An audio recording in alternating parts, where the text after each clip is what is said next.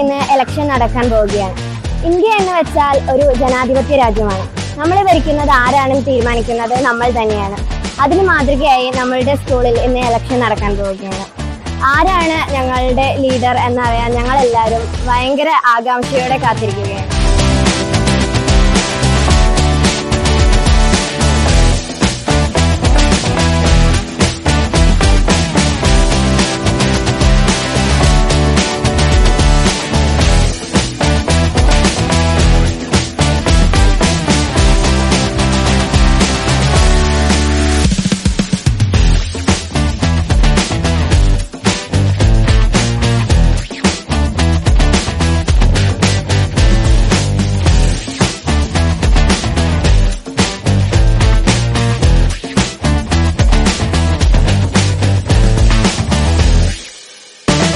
പാറൽമമ്പാട്ടുമൂല സ്കൂളിൽ വെച്ച് ഓരോ ക്ലാസ്സിലെയും കുട്ടികളെ വെച്ചുകൊണ്ട് ഒരു പാർലമെന്റ് ഇലക്ഷനാണ് നടന്നുകൊണ്ടിരിക്കുന്നത്.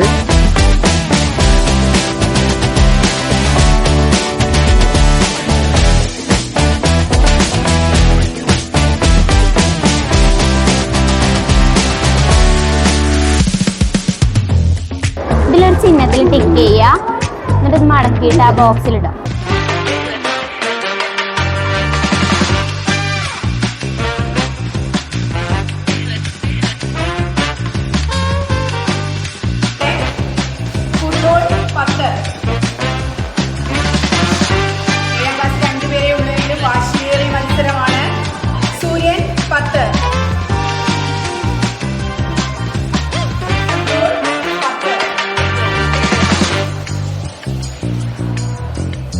കഴിഞ്ഞ ദിവസം നടന്ന സ്കൂൾ പാർലമെന്റ് ഇലക്ഷനിലെ റിസൾട്ട് പ്രഖ്യാപിക്കുന്നു.